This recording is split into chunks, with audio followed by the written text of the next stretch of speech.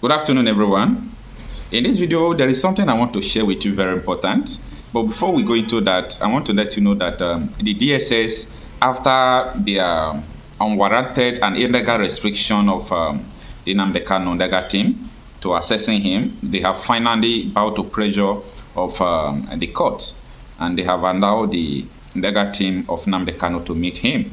So the struggle continues. And as I do tell people about the detention of Nnamdi Kanu, I said people should remove mind there. The only thing you have to do or say if you want to do that is to continue to pressure and to expose the injustice that is going on around him and around his trial. That is the only thing that is required of you. Stop attaching your emotion to his detention, because Nnamdi Kanu knows what he wants, and he is ready to give in anything. I mean anything that will make him to get what he wants. So I think his detention, he's not even feeling bad as other people are feeling bad about it. The reason why other people are feeling bad is not because Nnamdi Kanu is there, it's just because of the injustice that people are carrying around. So that is a part. Now, I want to talk about the issue of insecurity in Nigeria. And this thing that I'm going to say is because of enough research and also my personal experience.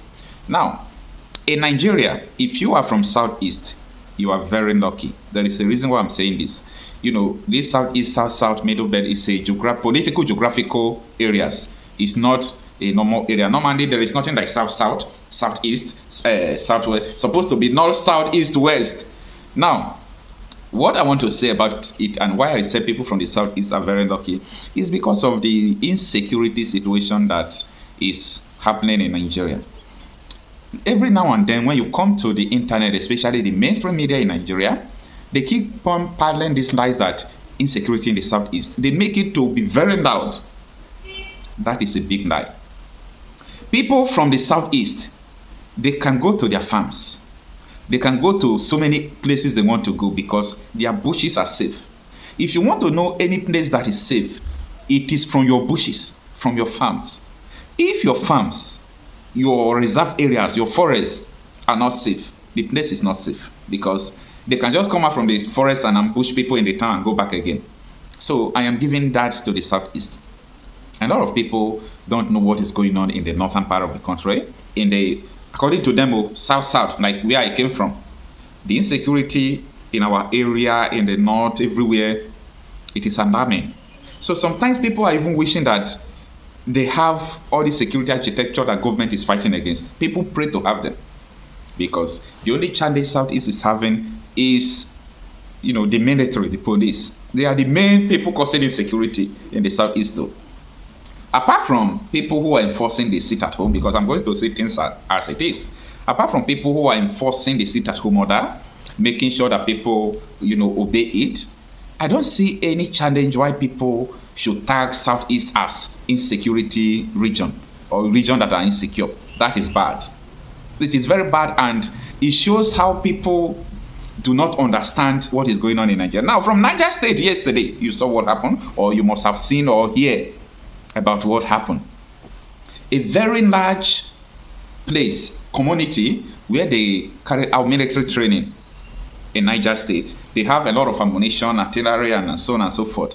Bandits, they are terrorists, but bandits connote terrorists in Nigeria. Bandits hijacked the place, they sacked the military, and they created 8 camps in the same place. If that happened in the South, just imagine if they say IPOB sacked military camp or military battalion camp in Imo State, and they created IPOB camps. That very day, the APC net government will send their to Kanu. They will send their fighter jet to come and bomb there. Who is bombing the Niger states that, they said bandits, but I know that it's ISWAP, that ISWAP has taken over. And in that report, it shows that they also sack 23 communities. You know what 23 community is? Like, if IPOB come and sack, thank God that all these people in the Southeast, they are not after people, they are not killing people, they are not after their people. Imagine. They sack communities, they want to turn it to their own. The colonization of ISWAP is rapidly growing in Nigeria. The colonization of ISWAP is rapidly growing in Nigeria. And I am not surprised, and I will not say that people are keeping quiet, because it is the destiny of Nigerians to keep quiet. I saw people jubilating yesterday because they got light in Kaduna State for the very first time after so many years. That is the nature of people in Nigeria, because they brought light for them. They did not even fight against people who make sure that they never, have light before. That is just the situation in Nigeria. And it's so alarming, it's so annoying. But I'll continue to let you know that all the whole insecurity we are seeing in Nigeria are being sponsored by the federal government. Take it to the bank. God is very important. Who started the Boko Haram crisis in Borno State? A governor, Modu Ali Sheriff, addressed the press 2 days ago and attempted to insult the collective intelligence and memory of Nigerians by denying any links with the dangerous, dreaded Boko Haram sect. I did reply him yesterday, and I'm expecting him to sue me, because he said he wanted to sue an Australian. You don't need to go to Australia. What you are looking for in Sokoto is in the pocket of your Sokoto. I'm ready to join issues with him, because not only did he sponsor that organization by providing funds for them, in 2003, he had a deal with the Boko Haram sect to get him to win the election. And if he won his re-election, he will compensate the organization. When he won that election, he appointed Alhaji Bugu Foy as the Commissioner for Religious Affairs to implement Sharia in that state. When the man attended the first Executive Council meeting, he discovered that they were all talking about contracts and how to steal money. So he went back to the camp, the Boko Haram camp, and said, where you send me to is Gida Barawi, the house of thieves. I can no longer be part of them. So he was asked to resign, and that was how Foy resigned from the government of Mutu Sharif. So to say that you don't know them is the greatest lie. I was just reminded this morning by somebody from Borno State that something was missing in my press statement. That in 2012 October 10, Alhaji Mudu Sheriff was arrested in Cameroon on grounds of his Boko Haram connection. But the government here pleaded with the Cameroonian authorities to release him, because he's a big man here, he cannot be arrested.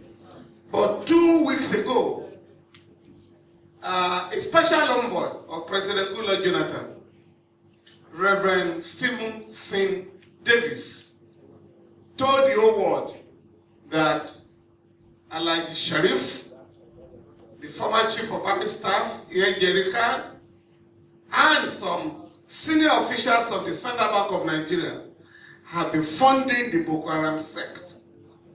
Up till now, the government has not reacted to this very important information. So when you are looking for the sponsors of Boko Haram, I think we now know where they are. But what is very disturbing is the fact that currently Nigerian soldiers are refusing to fight. A part of Nigeria has been annexed by the Boko Haram sect, and they have named the place the Caliphate Republic. As of this morning, not less than 10,000 Nigerians are in Cameroon as refugees. They've left their homes, and we want to warn both the APC and the PDP, the two ruling parties in Nigeria, dominant parties, to stop politicizing the Boko Haram menace. What is required on the part of all of us is to unite and fight this dangerous phenomenon. But to start pointing accusing fingers because a former member of the APC has now moved to the PDP, where he rightly belongs. When he was with you, he was not a Boko Haram sponsor. Now that he has left back, he's gone back to PDP, he has suddenly